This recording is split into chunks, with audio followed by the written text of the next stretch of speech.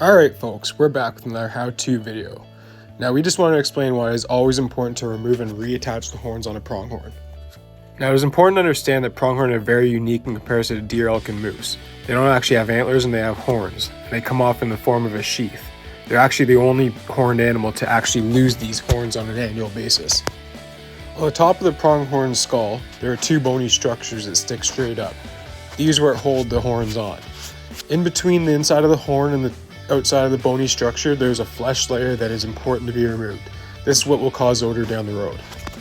It's typical that throughout the month of September and into early October are when we get requests from clients to process their pronghorn skulls and turn them into beautiful Euro mounts. And ironically, it's at this time of year that we notice that the horns on the pronghorn start becoming loose when we receive them. Often with some gentle twisting and constant pulling pressure, the horns will fall off the bony core quite easily.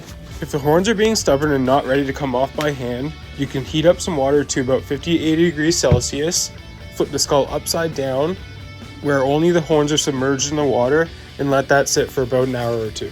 This should loosen up all the cartilage holding together and should be able to remove by hand after the period of time has passed. Once you have removed the horns, you can once again flip the skull back over and submerge the bony cores into the heated water with the flesh on it. This will also help for further softening of the flesh on the bony core, allowing you to run a knife lengthwise down the bony core, cutting the flesh. Once you've made your cut down the length of the bony core, you should be able to peel off the flesh by hand with ease. Now as you can see here, I'm reattaching the antlers. Now this process is not very complicated, however it does take some fine tuning to get things properly fit back in place. Now admittedly this is our first time doing this, as we don't often get requests for pronghorn. But when they do come in, this is our method. We find that using molding clay around the bony core is the best way to fill the gap to where the flesh used to be. There's no need to worry about the molding clay being too thick here. As you slide on the pronghorn sheath, you want it to be tight.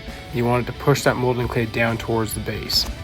This allows for a tight fit and for the molding clay to work itself into the contours of the inner sheath. Once secured, you will notice excess molding clay coming out of the bases of the sheath. Don't be alarmed by this, as this is actually a good thing. It means you have removed the pocketed spaces in between the bony core and the sheath as much as possible. It is very important to ensure that the horns are placed back onto their natural state. There are several ways to accomplish this. In this case, prior to removing the horns, I drew a small faint line with pencil along the base of the bony core. This allows you to be accurate with the symmetrical and natural placement of the horns back on the bony core. Another method we recently learned is to drill a small pilot hole through the sheath and into the bony core. This hole should be minimal in size and enough to fit a small nail through the sheath and into the bony core.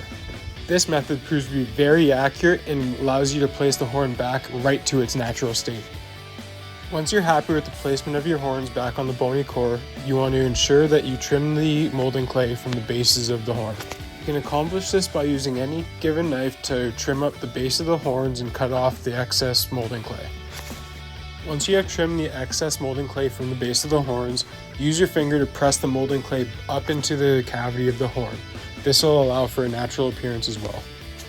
Complete securing the horns by taking a couple dabs of super glue or Gorilla Glue and putting it under the base of the horns where the horn attaches to the molding clay.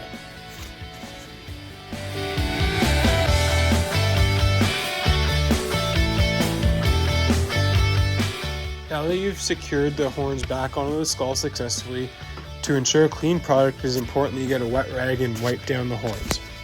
Throughout this process you will inevitably get molding clay on the horns. The molding clay that is on the skull will give it a faded look. However, again, wiping it down with a wet cloth will remove all this easily, allowing for a natural look.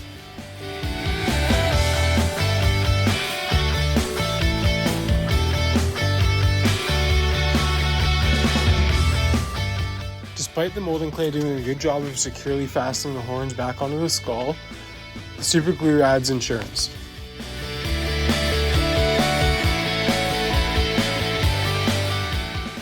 Allow the skull to sit for 24 hours and dry, and you're now ready to put your trophy on the wall.